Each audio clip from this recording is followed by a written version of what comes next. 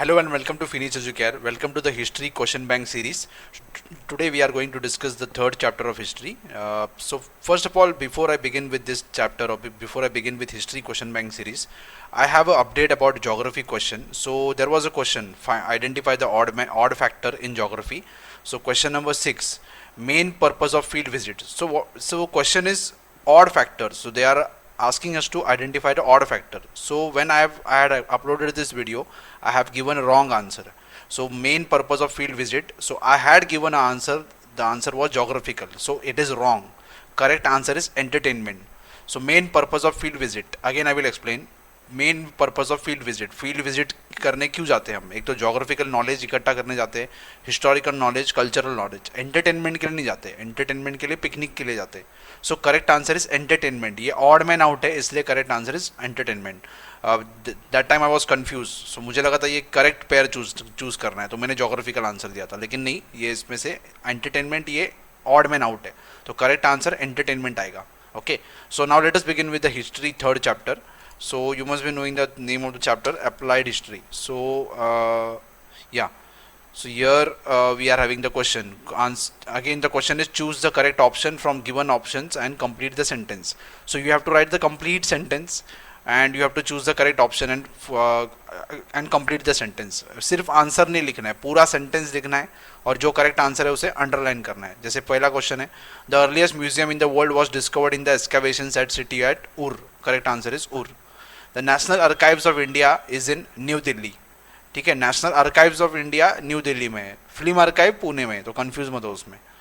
Third, dash is considered as the mother of science of all subjects. Philosophy. According to me the answer is philosophy.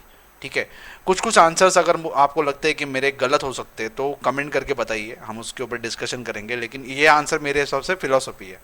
The main office of national film archives of India is located in Pune. So confusion नहीं होना चाहिए. National archives Delhi में है, new Delhi में है. National film archive Pune में है. Okay. Kalbelia is a folk dance in the dash state, is a part of world heritage list. So answer is Rajasthan. जो बुक में जो लिस्ट दिया है वो लिस्ट बहुत ज़्यादा इंपॉर्टेंट है. ये जो लिस्ट है इसमें से कुछ भी पूछ सकते हैं. इतना याद करना डिफिकल्ट है, लेकिन जो बार बार रिपीट हो रहा है टेक्स्ट बुक के पीछे जो भी है या फिर बार बार रिपीट हो रहा है आपको, वो याद रखो.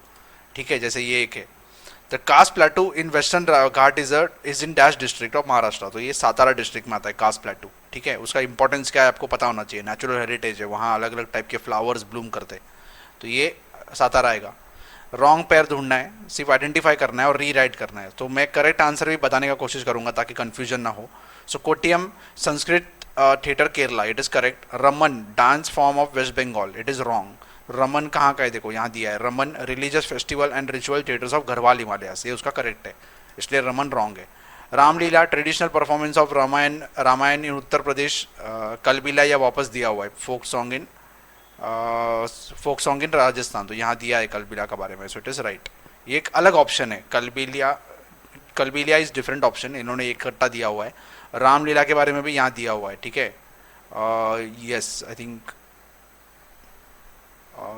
या Ramlila the traditional performance in the Ramayan in Uttar Pradesh. So ये रॉन्ग आंसर है Ramman. Then sun temple Konark, it is correct. Mahabodhgaya temple Bodh Gaya, correct. Rani ki Vav Patan, correct. Brihadeshwar temple Chandigarh, ये रॉन्ग है, इसका करेक्ट आंसर यहाँ दिया है, देखो दारासुरम. ठीक है. Then applied history public history, correct. Fauna flora natural heritage, correct. Then ancient sites intangible cultural heritage, this is wrong. UNESCO जो वर्ल्ड का जो हेरिटेज साइट्स है उसकी लिस्ट पब्लिश करता है, तो यूनेस्को का करेक्ट है. Intangible cultural heritage ancient sites, अभी यहाँ दिया है, देखो आंसर. अभी दो टाइप के हेरिटेज है, एक तो टेंजिबल है, एक इनटेंजिबल है. टेंजिबल मतलब क्या, जिनको हम टच कर सकते हैं. ठीक है, तो उनको हम बोलते हैं टेंजिबल. और जिनको टच नहीं कर सकते, जैसे ओरल ट्रेडिशन है, ट्रेडिशनल नॉलेज है, ये इनटेंजिबल है. सो जो एंशिएंट साइट्स है उन्हें हम टच कर सकते हैं. ठीक है, एंशिएंट साइट्स दिया हुआ है, सो वो टेंजिबल आएगा. यहाँ दिया है intangible, so because of this is wrong. Do as directed cultural heritage, यहाँ उसका आंसर दिया हुआ है, देखो इसमें से आपको लिखना है. कल्चरल हेरिटेज दो टाइप के, टेंजिबल इनटेंजिबल. टेंजिबल क्या कौन से है, इनटेंजिबल कौन से है, डायरेक्टली यहाँ आंसर दिया है. मैंने आंसर बनाया है. Tangible intangible. Tangible means includes ancient sites, buildings, artefacts, manuscripts, sculptures and paintings, जिसको हम छू सकते हैं. ठीक है, जिसे देख सकते हैं हम, छू सकते हैं, वो है टेंजिबल। इनटेंजिबल मतलब क्या, जिन्हें हम छू नहीं सकते, जैसे सॉन्ग्स है, कोई पोइट्री है, ठीक है, या फिर आर्ट फॉर्म्स है, डांस को तो छू नहीं सकते, हम देख सकते हैं, एक्सपीरियंस कर सकते हैं, so that is intangible. That is also our cultural heritage. And tangible is also this ancient artefacts, manuscript, this are also heritage, दोनों भी हेरिटेज है। टेंजिबल को हम क्या करते हैं, छू सकते हैं, ठीक है, टच कर सकते हैं, इसमें सिर्फ महसूस कर सकते हैं या एक्सपीरियंस कर सकते हैं। सो oral traditions and their language, traditional knowledge, social customs and rituals of celebrating festivals, ये सब इंटेंजिबल में आता है। Style of performing arts, certain traditional skills, यहाँ उसका आंसर दिया हुआ है, यहाँ से आप लिख सकते हो, ठीक है। Then complete the following concept map. Humanities, humanities basically क्या होते हैं, जो सब्जेक्ट्स यहाँ दिया हुआ है ये बेसिकली आर्ट्स के सब्जेक्ट्स होते हैं, जो आर्ट्स से पढ़ता है उससे ह्यूमैनिटीज बैकग्राउंड के भी बोलते हैं, तो ये सब सब्जेक्ट्स है, history, archaeology, sociology, anthropology, political science, economics, इसमें से आप लिख सकते हो, ठीक है। History, political science, economics, sociology, easy वाले मैंने दिया हुआ है। एंथ्रोपोलॉजी भी लिख सकते हो, जो भी आपको पसंद है वो लिख सकते हो। Complete the following concept map. So concept map है world heritage, world natural heritage sites in India. अभी नेचुरल बोला है, बहुत सारे हेरिटेज वगैरह दिया हुआ है यहाँ, हमें क्या ढूंढना है, नेचुरल। तो ये जो लिस्ट है इसमें से आपको याद रखना पड़ेगा। टेक्स्ट बुक अभी ये बुक में क्वेश्चन बैंक में आया हुआ है, तो ये याद रखो, इसमें से कोई भी 4-5 याद रख लो जो इजी है, आपको स्पेलिंग इजी होता है वो। सो यहाँ है Manas wildlife sanctuary, Sundarbans national park, Kaziranga national park, western Ghats, यहाँ और ऑप्शन दिया हुआ है, आप इसमें से कोई भी लिख सकते हो, ठीक है। Great Himalayan national park conservation area, कोई भी लिख सकते हो आप, तो यहाँ उसका आंसर है। Then write short notes on applied history. अभी अप्लाइड हिस्ट्री बेसिकली क्या होता है, तो हिस्ट्री बेसिकली पहले क्या सोचते थे लोग, history is a subject that can be only read by historians, उसका प्रैक्टिकली की यूज नहीं है। लेकिन अप्लाइड हिस्ट्री ने बताया कि नहीं, history is also good. So whatever in our day to day life we can use the knowledge of history, or we can use the historical knowledge to earn money also. There are some professional opportunities available in history, that is applied history. So applied history is known as public history.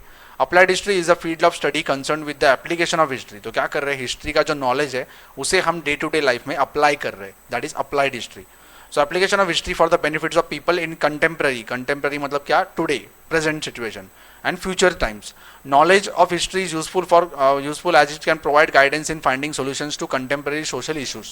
अभी जो आज जो issues चल रहे हैं, आज जो भी प्रॉब्लम्स हमारे सोसाइटी में है, उसका सॉल्यूशन हमें पास्ट में मिलेगा, क्योंकि पास्ट में भी वैसे टाइप के इश्यूज होंगे और वो सॉल्व किया होगा। So whatever problems we are having today in contemporary and future times, we can use historical knowledge to solve those issues. So this is application of, this is the public history. ये paragraph लिखना है, ये पहला लिखना है आपको, ठीक है। ये 2 मार्क के लिए आएगा, तो इतना लिखोगे तो भी बस हो गया। आगे आप इसमें ये पैराग्राफ भी इंक्लूड कर सकते हो, यहाँ तक इंशंस आया, यहाँ तक the projects and programme related to applied history can create opportunities for people participating along with technical experts. तो यहाँ एग्जाम्पल दे सकते हो कि जो लोग वहाँ विजिट करते हैं, अप्लाइड हिस्ट्री स्टडी करने के लिए जाते हैं, ठीक है, तो वहाँ जॉब्स भी क्रिएट होता है। सपोज मैं अभी कहीं फोर्ट में जा रहा हूँ विजिट करने के लिए, तो वहाँ के आसपास के जो लोग हैं, गांव में रहने वाले फोर्ट के पास, this people will also get job opportunities, this people will also get some business because of historians, because of people who are visiting the historical sites. So this is applied history, ठीक है। Application of historical knowledge for our present, we can use history for solving our problems in contemporary times and future times. Then archives, archives का direct answer इस chapter में नहीं है, last chapter में है, तो मैंने डाइजेस्ट में से जो आंसर है वो दिया है, देखते हैं क्या आंसर है, ठीक है। तो आर्काइव्स बेसिकली क्या होता है, archives is a place where documents are stored, जो पुराने डॉक्यूमेंट्स होते हैं वो स्टोर करके रखते हैं। The place where historical documents are preserved is called as archive. Many old documents, official records, old film जो आर्काइव है हमने देखा था, ये जो पुणे में है।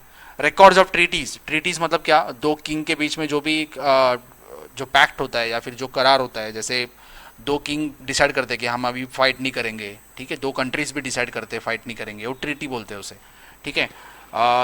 Treaties are kept at this place, we get reference from original document. So archives में क्या होता है, उसका ओरिजिनल डॉक्यूमेंट, जो किंग ने साइन किया हुआ ओरिजिनल डॉक्यूमेंट है वो रखा होता है, ठीक है। So we can get reference from original document because of archives. Study of historical event of a particular period is possible, कि सपोज अभी हमें पता लगाना है कि जब भी अकबर था तभी क्या चल रहा था, तो अकबर के जो डॉक्यूमेंट्स है वो हम देखेंगे जो आर्काइव्स में मिले हैं, जो आर्काइव्स में रखे होंगे।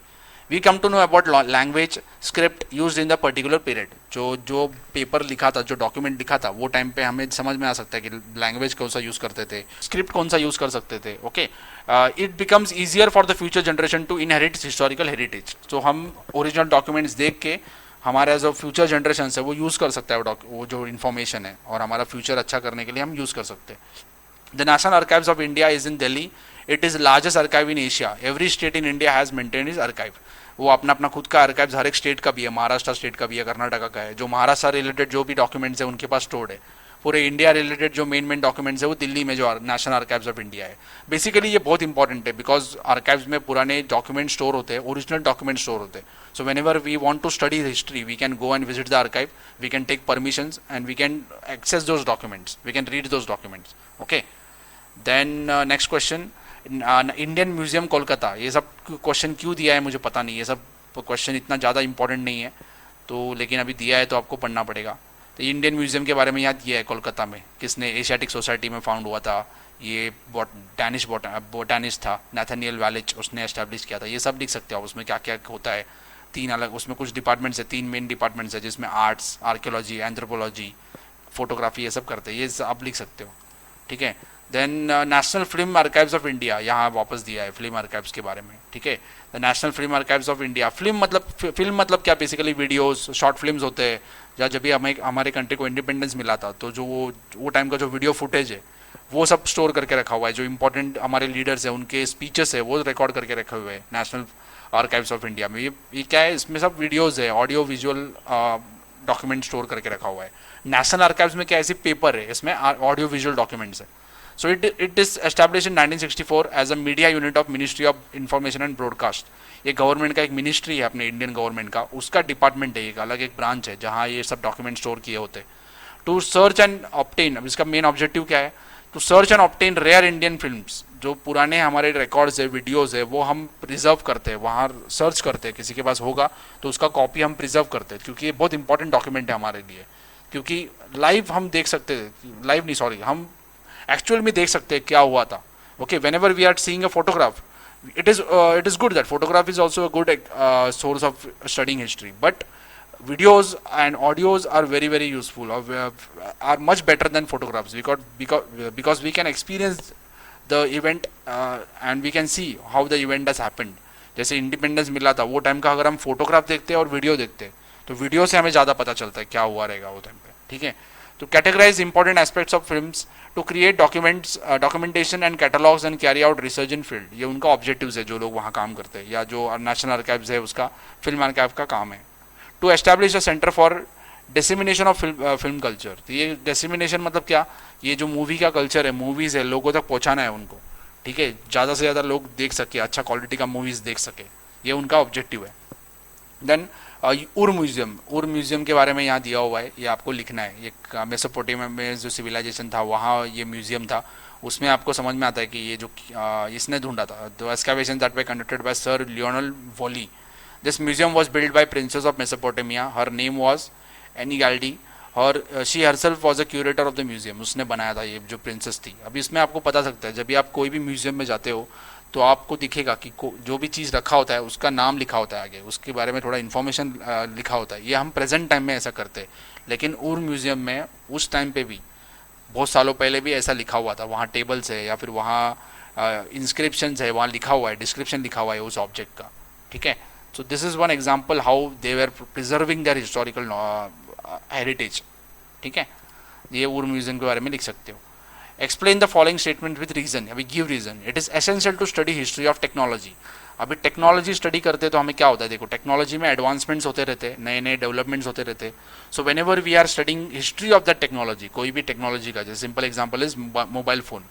10 साल में मोबाइल फ़ोन कितना इवॉल्व होते गया, कितना उसमें डेवलपमेंट्स होते गए, ठीक है। तो अगर हमें देखना है कि आज का जो मोबाइल फ़ोन है उसका अगर हमें जानना है कि ये पहले कैसे मोबाइल फ़ोन थे, तो हमें क्या करना पड़ेगा, टेक्नोलॉजी का हिस्ट्री स्टडी करना पड़ेगा। That will help us to understand कि कैसे कैसे एडवांसमेंट होते गए, ठीक है।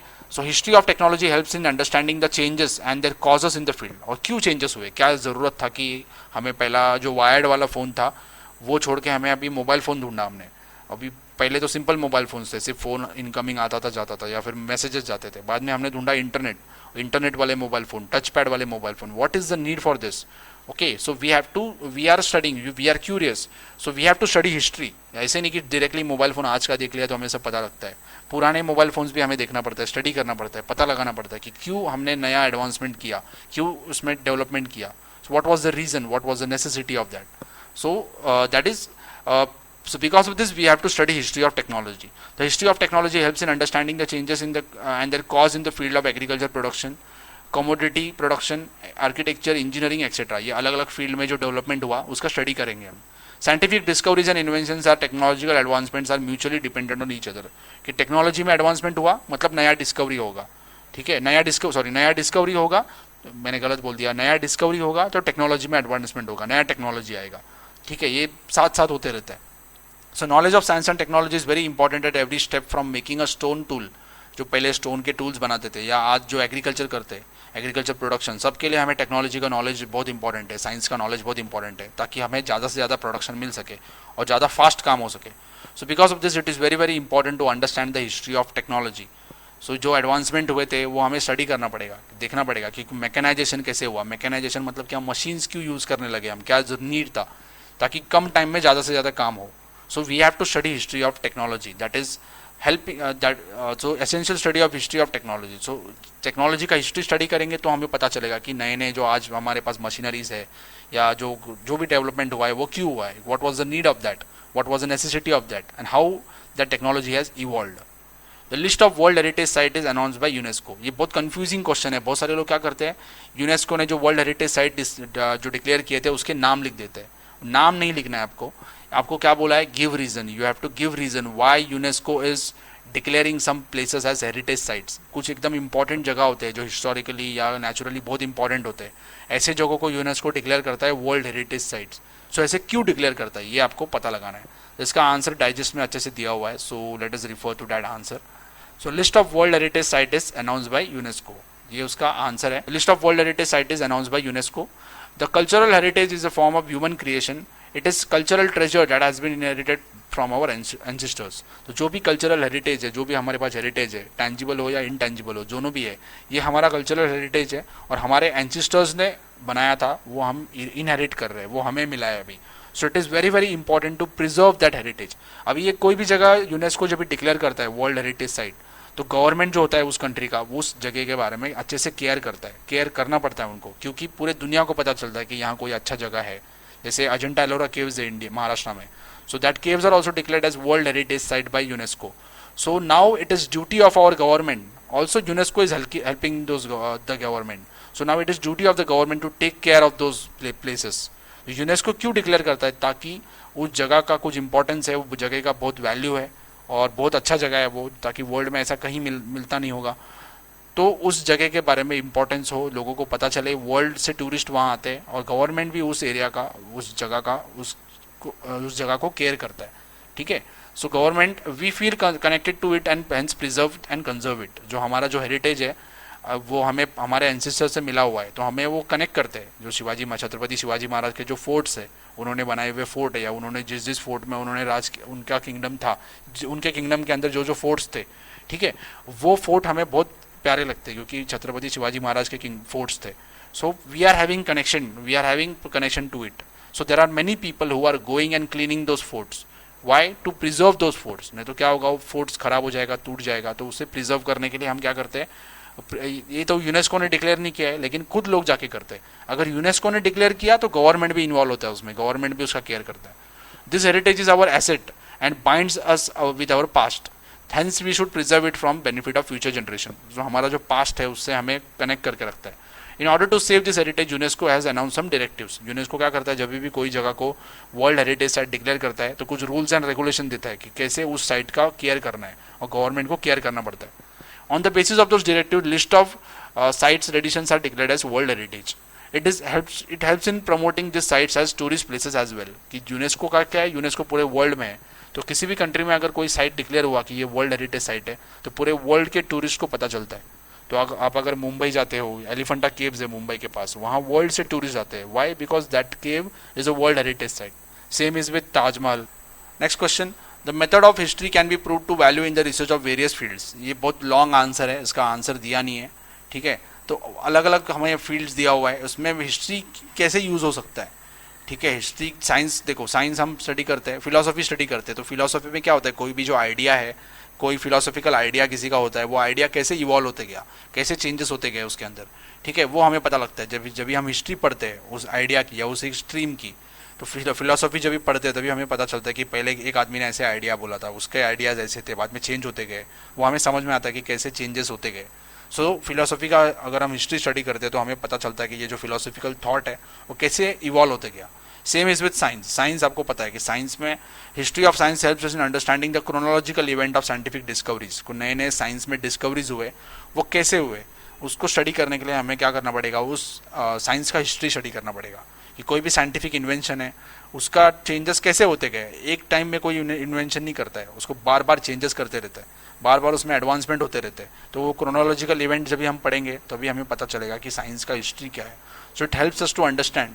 सो इन्वेंशन है, थियरीज है, साइंस जैसे बोलते हैं necessity is mother of invention, कि जैसे हमें ज़रूरत होती है हमें नए नए चीज़ हमें ढूंढते हैं, हम नए नए चीज़ों का नए नए चीज़ें डेवलप करते हैं, ठीक है। So it is need.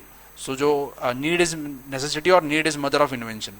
So knowledge of history helps in understanding the factors that are facilitated to scientific discovery, कि साइंटिफिक डिस्कवरी क्यों हुआ, ये अगर हमें स्टडी करना है तो हमें हिस्ट्री स्टडी करना पड़ेगा उसका। तो हमें पता चलेगा कि लोगों को डिमांड था, लोगों का डिमांड था, उसके बाद नया कुछ चीज़ हमने डेवलप किया। सेम आप टेक्नोलॉजी में भी लिख सकते हो, जो मैंने पहले एक्सप्लेन किया, जो इन्वेंशंस है, नए नए डेवलपमेंट्स है, वो अगर हमें पता लगाना है कि वो डेवलपमेंट क्यों हुए, डिस्कवरीज क्यों हुई, तो हमें क्या करना पड़ेगा, हिस्ट्री स्टडी करना पड़ेगा। तो अगर हम हिस्ट्री स्टडी करेंगे टेक्नोलॉजी का तो हमें पता चलेगा कि आज जो टेक्नोलॉजी है वो क्यों है, क्या नीड था उसका। Industry and commerce, industry and commerce में भी आपको पता है, देखो कि जो मार्केट होता है, जो बाइंग एंड सेलिंग होता है, या गुड्स का जो एक्सपोर्ट इंपोर्ट होता है, उसमें क्या होता है, ह्यूमन रिलेशनशिप भी इन्वॉल्व होती है, दो लोग के बीच में भी कॉन्ट्रैक्ट्स होते हैं, ठीक है। सो वो अगर हमें स्टडी करना है तो हमें हिस्ट्री स्टडी करना पड़ेगा कि कैसे कैसे ये इवॉल्व होते गया, कैसे कैसे टेक्नोलॉजी में डेवलप हुआ, कैसे कैसे ट्रेड बढ़ा, इंडस्ट्रीज कैसे कैसे डेवलप होते गए, ह्यूमन बींग्स का रिलेशंस कैसे इफेक्ट होता है। Then management. मैनेजमेंट मतलब क्या, कि अगर हमें मुझे कुछ बिजनेस स्टार्ट करना है, किसी टीम को मैनेज करना है, तो उसके लिए भी अलग अलग प्रोसेसेस होते हैं, ठीक है। So in order to understand various factors involve in the chain of production. Chain of production मतलब क्या, प्रोडक्शन कैसे हो रहा है, कि गुड्स कैसे, रॉ मटेरियल हम लाते हैं, उसका फिनिश गुड्स कैसे बनाते हैं, ठीक है, उसके बाद कैसे उसको डिस्ट्रीब्यूट करते हैं, ये सब अगर हमें मैनेज करना है, स्टडी करना है, तो हमें नए नए तरीके ढूंढना पड़ता है। तो नया तरीका कभी ढूंढेंगे हम, जब भी पुराने तरीके के बारे में स्टडी करेंगे, तो हमें हिस्ट्री स्टडी करना पड़ेगा मैनेजमेंट स्टडीज़ का। So in order to understand the various factors involved in the chain of production, such as means of production, human resource and processes of production, as well as chain of market, sales management, it is essential to have a knowledge of similar functional in the past.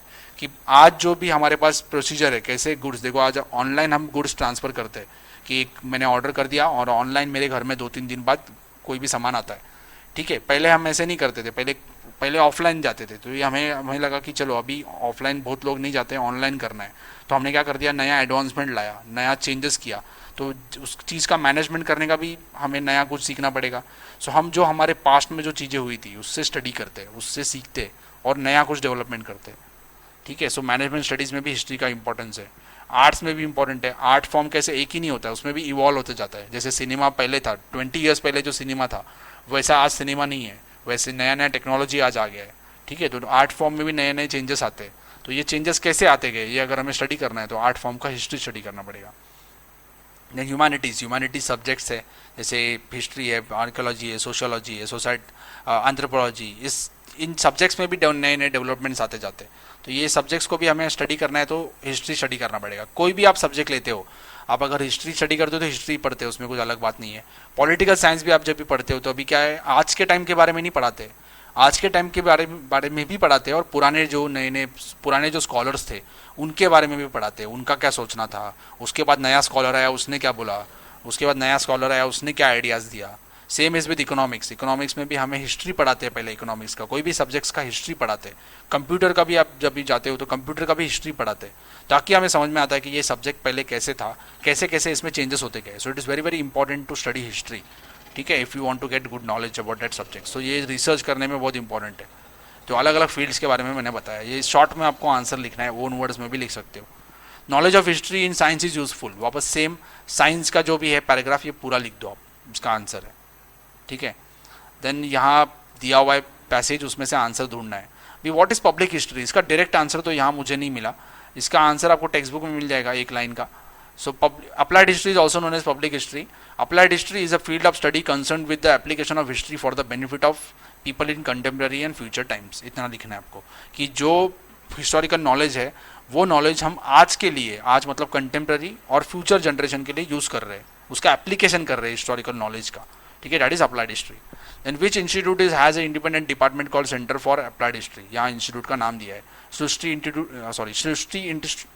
Srishti institute of art design and technology is at Bangalore Karnataka.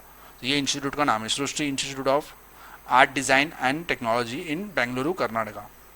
Then which are misgivings about the practicality of knowledge of history. अभी बहुत सारे लोग क्या सोचते हैं, history किसे पढ़ना है, हिस्ट्री पढ़ना चाहिए हिस्टोरियन को, बाकी लोगों को कुछ यूज़फुल नहीं है हिस्ट्री, ऐसे पहले लोगों का मानना था. लेकिन जब से अप्लाइड हिस्ट्री आया तब से हमें पता चला कि हिस्टोरिकल नॉलेज को हम आज अप्लाई कर सकते हैं, और जो भी हमारे प्रॉब्लम्स है आज के वो हिस्ट्री यूज़ करके, हिस्टोरिकल नॉलेज यूज़ करके हम सॉल्व कर सकते हैं. जैसे वाटर शॉर्टेज का प्रॉब्लम है, वेस्ट मैनेजमेंट का प्रॉब्लम है, तो पुराने टाइम में लोगों ने उसके ऊपर कुछ ना कुछ डेवलपमेंट किया होगा. Same thing we can use today, और we can use that knowledge and we can develop more technology using that knowledge and we can solve our problems today. ठीक है, एंड ऑल्सो हिस्टोरिकल नॉलेज और historical things are helpful in production of money. We can produce money, we can generate, not produce money, we can generate money from that. So whenever we are visiting any historical place, we are going and staying there, we are spending money on hotels, food. So people around that places are getting job opportunities, they are getting business. So यहाँ दिया है देखो, people have lot of misgivings about practicality of knowledge of history. For example, history is usually thought as a field of interest only for historians. बहुत सारे लोग क्या मानते थे, हिस्ट्री कौन पढ़ेगा, हिस्टोरियन पढ़ेगा, बाकी लोग को पढ़ने का जरूरत नहीं है, और कोई हायर स्टडीज़ में हिस्ट्री ज़्यादा पढ़ते नहीं थे. लेकिन आज पता चला कि हिस्टोरिकल नॉलेज उसका यूज़फुल है. ये आपको 2 पैराग्राफ उसका आंसर लिखना है. ठीक है, देन ये मिसगिविंग्स है हिस्ट्री के बारे में पहले पैराग्राफ में दिया है, और आज क्या सोचते हैं लोग या यहाँ दिया हुआ है देखो सेकेंड पैराग्राफ में. How is method of history useful in research of arts, science and management. ये मैंने एक्सप्लेन कर दिया ऑलरेडी, वो ये गिव रीजन में ही. ठीक है, तो जो आर्ट्स के बारे में जो दिया है, साइंस के बारे में, मैनेजमेंट के स्टडीज़ के बारे में, वो आपको पूरा लिखना है. इसका आंसर आपको कहीं और डाइजेस्ट में वगैरह में मिल जाएगा. हाउ कैन वी को relate applied history with our. So the answer is directly given in textbook in page number 17. So here you can find the answer: applied history and our present. So the visible and invisible relations of the past. So visible means tangible tangible heritage, and invisible means that the things that we cannot see, but we know that data source of history, like we have some traditional knowledge, oral knowledge. Okay, so we nurture them, we are taking care of that, attracted towards them. We wish to know more about their history because they represent our creative thoughts and traditions of our ancestors. So whatever buildings we are having, whatever poems we are having, so we are liking those poems, we are liking those buildings, we are taking care of those buildings because that is our history, and that were made by our ancestors. We want to know more and more. We want to get more and more information about that things. So because that is our heritage. It helps in building our identity. So that is telling us that who are we, from where we have come, who are our ancestors. So we are getting the information about these things. History of our heritage links us to with our origin. Hence it becomes necessary to preserve and conserve it for future. So जो भी historical data है हमारे पास वो हमें conserve करना है, वो हमें प्रिजर्व करना है. तो क्वेश्चन देखो वापस क्या लिखा है. हाउ कैन वी को relate applied history with our present. So जो अप्लाइड हिस्ट्री हिस्टोरिकल नॉलेज है उससे हम अपने आज से कैसे रिलेट कर सकते हैं. ठीक है, या फ्यूचर जनरेशन को वो बेनिफिट होता है. जो भी पुराना नॉलेज है वो वेस्ट नहीं होता है कभी. उसमें जो जो अच्छी चीज़ें हैं वो हम यूज़ कर सकते हैं आज, और फ्यूचर में भी यूज़ कर सकते हैं to solve our problems. So it is become necessary to preserve and conserve it for future, for benefit as well as for the benefit of future generations. Applied history is concerned with the preservation and conservation of our heritage and make it accessible to people. Heritage management creates opportunity of employment. तो जब भी हम कोई library में या फिर कोई archives में कुछ चीज़ें प्रिजर्व करते हैं, म्यूजियम में प्रिजर्व करते हैं, तो वहाँ जॉब्स भी जनरेट होते हैं. ठीक है, वहाँ बहुत सारे कोर्सेज होते हैं जो करना पड़ता है, म्यूजियमोलॉजी वगैरह कोर्सेज होते हैं जो म्यूजियम को केयर करते हैं. So job opportunities are also generated when we are taking care of our heritage. Applied history can be described as understanding our present with the help of history and finding right direction for benefit of future. ये आप उसमें लिख सकते हो answer में. ठीक है, applied history and present में. Suggest at least 10 solutions for preservation of sources of history. इसका आंसर दिया नहीं है टेक्स्ट बुक में। कोई भी आपको 10 सॉल्यूशन बताना है जिससे हम हमारा जो हेरिटेज है उसे प्रिजर्व कर सकते हैं। अगेन इसका टेक्स्ट डाइजेस्ट में आंसर दिया है, उसमें से मैं डिस्कस करूँगा, ठीक है। पहले हम देखते हैं, suggest at least 10 solutions for preservation of sources of history, कि जो हिस्टोरिकल सोर्सेस है उसे हम कैसे प्रिजर्व कर सकते हैं। ये अपने मन से भी आप लिख सकते हो, ठीक है। तो उसको वैंडलाइज नहीं करना है, कहीं आप फोर्ट में जाते हो, कहीं जगहों पे जाते हो तो उस पर कुछ लिखना नहीं है, उसको डर्टी नहीं करना है, वेस्ट थ्रो नहीं करना है, ठीक है। There are 3 types of sources which are use to study history, that are written source, oral source and material source. अभी सिंपल है, देखो रिटर्न सोर्स है मतलब जो लिखा हुआ है, पेपर्स है, उसे हम आर्काइव्स में स्टोर कर सकते हैं, उसे लाइब्रेरी में स्टोर कर सकते हैं, लाइब्रेरी में नहीं आर्काइव्स में स्टोर कर सकते हैं। लेकिन पेपर को अगर आप रखोगे तो क्या होगा, एक ना एक दिन वो खराब हो जाएगा। तो हम क्या कर सकते हैं, उसको डिजिटलाइज कर सकते हैं, उसका स्कैन करके पीडीएफ में कन्वर्ट कर सकते हैं और कहीं स्टोर करके रख सकते हैं, ताकि वो अगर खराब भी हो गया तो भी वो हमारे पास प्रिजर्व रहेगा। ऐसे एक तरीका है, ऐसे सिंपल आप लिख सकते हो। ओरल ट्रेडिशन को कैसे कर सकते हो कि किसी को बोल के हम वो गाना रिकॉर्ड कर सकते हो, पोएम रिकॉर्ड कर सकते हैं और उसे स्टोर कर सकते हैं, और जो मटेरियल है उसे हम म्यूजियम में स्टोर कर सकते हैं। So this sources are preserve in different ways according to me that you have to write कैसे करना है। तो according to you the following measure should be taken to preserve the sources. A regular repair and maintenance work of forts, memorials and places should be carried out. ये government ने करना चाहिए, government नहीं करता है, इसलिए बहुत सारे फोर्ट्स के दीवार सब टूट जाते हैं, क्योंकि गवर्नमेंट केयर नहीं करता है उसको। गवर्नमेंट अगर केयर नहीं कर रहा है तो we have to force government. Timely action should be taken to avoid vandalization of historical and public places, कि वेंडलाइज करना मतलब ब्रेक करना, कोई जाता है उधर, कोई जाके पार्टी करता है या वहाँ तोड़फोड़ करता है, तो ये सब गलत है। Historical coins, weapons should be handled with precaution and utmost care. They should be kept in safe places to avoid possibility of theft. ये सब पता होगा आपको, ये सब स्टोर करके रखना है, क्योंकि ये बहुत वैल्यूबल होता है। उसे हम अगर मार्केट में बेचेंगे तो बहुत पैसा मिलेगा, तो बहुत सारे थीव्स उसके पीछे होते हैं। So we have to take care of this things. Variation in environment and climatic condition poses a threat to monumental structures. ये आपको पता होगा, जैसे क्लाइमेटिकल कंडीशन चेंज होते हैं, जैसे पॉल्यूशन भी होता है, उसमें होता क्या है कि वहाँ जो मॉन्यूमेंट है उसका स्ट्रक्चर खराब हो सकता है। Simple example is Taj Mahal. Taj Mahal is made of marble जो वाइट कलर का है, लेकिन आज अगर आप ताजमहल में जाते हो तो पास में से जाके ताजमहल को देखोगे तो उसके ऊपर येलो कोट आ रहा है। ये क्यों हुआ? ये हुआ पोल्यूशन की वजह से। तो हमें क्या करना चाहिए, कुछ स्टेप्स उठाना चाहिए पोल्यूशन कम करने के लिए। So variation in the environment and climatic condition like humidity, dampness, then moulds and pollution cause irrevocable damage, मतलब क्या, वापस उसको पहले जैसा नहीं कर सकते हम, खराब हो जाता है वो जो भी हेरिटेज है।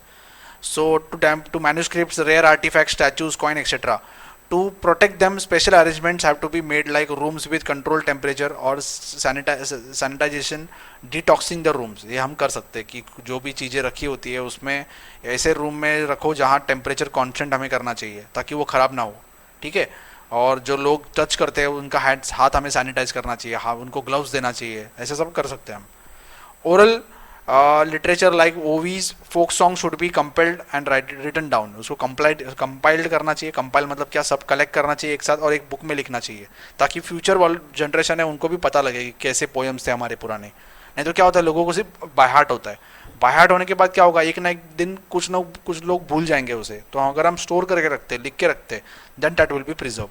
Public training programme should be conducted for understanding importance of history, that we have to train the people who are living in that places। कोई भी अगर एक हिस्टोरिकल मॉन्यूमेंट है, हम गवर्नमेंट 100% उसका केयर नहीं कर सकता है, तो what we have to do, we have to involve the local people, we have to take help of local people, we have to train them so that they can also take care of that historical monument. Social awareness regarding the conservation and preservation of our cultural and natural heritage should be created. Experts from various fields should be involved। जैसे अलग अलग field के videos बनाना चाहिए हमें heritage का, photographs निकालना चाहिए, ऐसे अलग अलग फील्ड के लोग इकट्ठा आके काम करेंगे तो ही उसका प्रिजर्वेशन अच्छा होगा। Strict laws should be enacted to protect the monuments. Above all, people participation in conservation and preservation process is paramount. It is very very important। लोग जब तक पार्टिसिपेट नहीं करेंगे तब तक ये प्रिजर्व नहीं होने वाला है। लोग अगर गवर्नमेंट कितना भी करे, लोगों ने अगर ठान लिया कि उसे ख़राब करना है, स्पिट करना है जाके पान खा के, या फिर कुछ दिखना है, तो कुछ नहीं कर सकते। तो स्ट्रिक्ट कर सकते हैं रूल्स, लेकिन लोगों ने ही खुद इन्वॉल्व होना चाहिए। This will only help us to protect the monument और प्रिजर्व द मॉन्यूमेंट, ठीक है। Then there is one more question you must be seeing here. दूसरा क्वेश्चन है, what objectives can be fulfil through heritage project. इसका भी answer यहाँ है, what are the objectives can be fulfil through heritage project. जो heritage projects होते हैं वो जो भी प्रोजेक्ट्स हम करते हैं कि कोई जगह को हम डिक्लेयर कर देते हैं कि वर्ल्ड हेरिटेज, ऐसा करने के बाद क्या होता है, क्या ऑब्जेक्टिव है उसका पूछे डिक्लेयर करने का। सो देखो, preservation and conservation and development of heritage sites can be done without any change in original state. कि जो भी हमें चेंजेस करना है या जो भी चीज़ें कुछ डेवलपमेंट करना है तो उसका ओरिजिनल स्ट्रक्चर को चेंज नहीं करना है हमें। कोई अगर एक पुराना बिल्डिंग है, 1000 साल पुराना कोई जगह टेम्पल है या कोई बिल्डिंग है, उससे हम प्रोटेक्ट करेंगे, लेकिन उसको किसे प्रोटेक्ट करना चाहिए, जो ओरिजिनल स्ट्रक्चर है उसे प्रोटेक्ट करना चाहिए। अगर हमने आज उसको कुछ मॉडिफिकेशन करके बना दिया तो उसका जो वैल्यू है वो कम हो गया, because that is historical place, that is historical monument, so we have to take care, but we don't have to change the original state. The local social structure and psychology of the people challenges the face in present situation, and their expectations can be surveyed.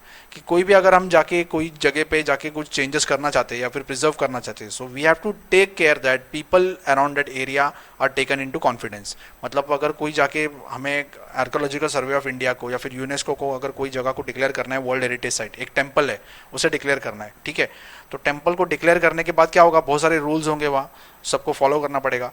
So we have to talk with the people who are living in that area, we have to take them into confidence, we have to explain them. लोगों को explain करेंगे तो ही लोग उसमें involve होंगे उसको protect करने में, नहीं तो क्या होगा, लोग विरोध करेंगे गवर्नमेंट का। So in process of completing the projects of conservation and preservation development of a heritage site due to precaution should be taken, avoid hurting and sentiments of local people। कि जब भी हम कोई प्रोजेक्ट लेते हैं कि ये किसी हेरिटेज साइट को प्रिजर्व करने का प्रोजेक्ट लेते हैं, कुछ काम करते हैं, तो वहाँ के जो लोग हैं उनको जो सेंटिमेंट्स है, उनके जो भावना है, उनको ठेस नहीं पहुँचाना चाहिए, नहीं तो क्या होगा, लोग गुस्सा होंगे और they will stop us or they will not allow us to protect or to conserve the heritage site. Then participation of the local people is important. In order to engage and employ the local skills in a creative way, create better opportunities of livelihood, it becomes easier to design systematic plan. कि आपने कहीं कोई भी historical site में visit किया होगा या फिर कोई टूरिस्ट साइट में विजिट किया होगा तो आपको पता होता है कि वहाँ के जो लोकल लोग हैं वहाँ वो काम करते हैं उसमें, या फिर वहाँ उनके बिजनेसेस होते हैं, छोटे होटल्स होते हैं, या उनके जो वहाँ के जो स्पेशलिटी होती है, कोई आर्टिफैक्ट्स होते हैं, कोई कपड़े होते हैं, वो वहाँ बेचते हैं, ठीक है। तो वहाँ के लोगों को अगर हमने इन्वॉल्व किया तो उनको वो भी केयर करेंगे। People all over the world and are going and visiting Taj Mahal, क्यों, क्योंकि वो अच्छा हेरिटेज है, वो अच्छा बिल्डिंग है, तो लोग जाके देखते हैं। अगर वहाँ के लोगों ने उसका केयर नहीं किया, वहाँ पोल्यूशन कम नहीं किया, तो क्या होगा, ताजमहल का जो स्ट्रक्चर है आज का वो ख़राब हो जाएगा, काला पड़ जाएगा सपोज ताजमहल फ्यूचर में, तो क्या होगा, लोग वहाँ देखने नहीं जाएंगे। तो लोग देखने नहीं जाएंगे तो वहाँ के जो लोग हैं उनका बिजनेस भी कम होगा। ताजमहल का जो एरिया है आसपास का, उसमें लोगों का बिजनेस क्या है, मेन टूरिज्म के रिलेटेड बिजनेस है, तो लोग अगर ताजमहल ही देखने नहीं जाएंगे तो क्या होगा, उनका बिजनेस कम होगा। So because of this people know the importance of Taj Mahal, they note the importance, so they are taking care that Taj Mahal का जो ओरिजिनल स्ट्रक्चर है वैसे का वैसे रहे, पोल्यूशन कम कर रहे, ठीक है। So we have to engage the local people, we have to involve local people and we have to create opportunity for their livelihood. उनको पैसा मिले, ऐसा कुछ हमें चीज़ें डेवलप करना चाहिए ताकि वो भी पैसा कमा सके, ठीक है। सो ये आंसर है, आप उसका स्क्रीनशॉट ले सकते हो, और ये जो 10 सजेशंस है, अगर आपके पास डाइजेस्ट नहीं है तो सॉल्यूशंस आप इसमें से प्रिंट आउट ले सकते हो, ओके। ये मैं कर देता हूँ, तो आप प्रिंट आउट आप स्क्रीनशॉट ले सकते हो इसका। Then next question, describe the affiliated professional fields related to the applied history and discuss the skills required in management. अभी एफिलिएटेड प्रोफेशनल स्किल्स, इसका डायरेक्टली यहाँ आंसर दिया है, देखो। Affiliated professional skills are museums and archives. Then knowledge of history can be supportive in the decision making with the regard of respective legal provisions and public policies in following fields। तो इसमें हम study करेंगे, ये सब चीज़ें हमें use कर सकते हैं हम हिस्ट्री को प्रोटेक्ट करने के लिए, हिस्टोरिकल हेरिटेज को प्रोटेक्ट करने के लिए, प्रिजर्व करने के लिए। Museums and archives, preservation and conservation of historical site, tourism and hospitality, mass media and entertainment. तो ये सब एफिलिएटेड फील्ड्स है। इसके रिलेटेड, एफिलिएटेड मतलब क्या, जो हिस्ट्री के रिलेटेड या इसके रिलेटेड जो फील्ड्स है, मतलब जो लोग हिस्ट्री स्टडी करने जाते हैं, so they are also tourist, तो वो टूरिज्म इंडस्ट्री के भी पार्ट है। और हॉस्पिटैलिटी इंडस्ट्री, हॉस्पिटैलिटी मतलब हॉस्पिटल्स नहीं, टूरिज्म रिलेटेड ही इंडस्ट्री होता है, उसके पार्ट है। Then museums and archives, museums में भी लोग जाते हैं तो वहाँ हिस्ट्री स्टडी करने ही जाते हैं। देन कंजर्वेशन करते हैं हिस्टोरिकल साइट्स का, एंटरटेनमेंट के लिए भी लोग जाते हैं। मास मीडिया भी यूज़ कर सकते हैं हम, we can make videos, we can take photographs, so that is part of mass media. सो यहाँ उसका डिटेल में आंसर दिया है। Every field mentioned here requires expert personal with special skills. तो जो भी चीज़ें हमने पढ़ी कि कैसे ये जो मास मीडिया है, टूरिज्म है, हॉस्पिटैलिटी है, इसमें कुछ एक्सपर्ट्स की हमें ज़रूरत होती है ताकि लोगों को वो हेल्प कर सके और उनको भी पैसा मिले, एक्सपर्ट्स को भी पैसा मिले। So every field mentioned here requires expert personal with specialize skills. For example architect, engineers, historians, archaeologist, museum curator, sociologist, archive management professionals, legal experts, skilled photographers etcetera. Of course this is just a representative list, ये छोटा सा list है, ऐसे बहुत सारे लोगों को job opportunity मिल सकता है। वहाँ के होटल चलाने वाले लोगों को, छोटा से छोटा बिजनेस करने वाले लोगों को भी हेल्प मिल सकता है। तो ये सब क्या है, ये सब जो बिजनेसेस है, this businesses are linked with history, affiliated services है, मतलब हिस्ट्री के रिलेटेड है, उससे लिंक्ड है। तो हिस्टोरिकल जगह का ही हमने अच्छे से केयर नहीं किया तो क्या होगा, ये सब लोगों को जॉब्स नहीं मिलेगा या इनको बिजनेस अपॉर्चुनिटीज़ नहीं मिलेगा। तो ये अलग अलग एफिलिएटेड इंडस्ट्रीज है, एफिलिएटेड बिजनेसेस भी अवेलेबल है हिस्ट्री के साथ। So it is very very important to preserve the historical place. This helps to experts of many fields are required. So बहुत सारे फील्ड्स के एक्सपर्ट्स का ज़रूरत होती है। These experts need adequate knowledge of ancient sites, the historical background of the structural remains and artifacts. Project in the field of applied history can be create opportunities for these professionals. ऐसे बहुत सारे job opportunities मिल सकते हैं, ठीक है। ये सब affiliated industries है। तो describe the affiliated professional fields related to applied history and discuss the skills required. तो ये सब skills हम इकट्ठा कर सकते हैं, जैसे फोटोग्राफी है या फिर आर्कियोलॉजिस्ट की ज़रूरत होती है, आर्किटेक्ट की ज़रूरत होती है। ये सब लोगों को हिस्ट्री प्रिजर्व करने के काम में या उसका डेवलपमेंट करने के काम में जॉब्स मिल सकते हैं। Okay, I hope you have understood this chapter. If you have understood, please share this video with your friends and please subscribe for more videos. Thank you for watching.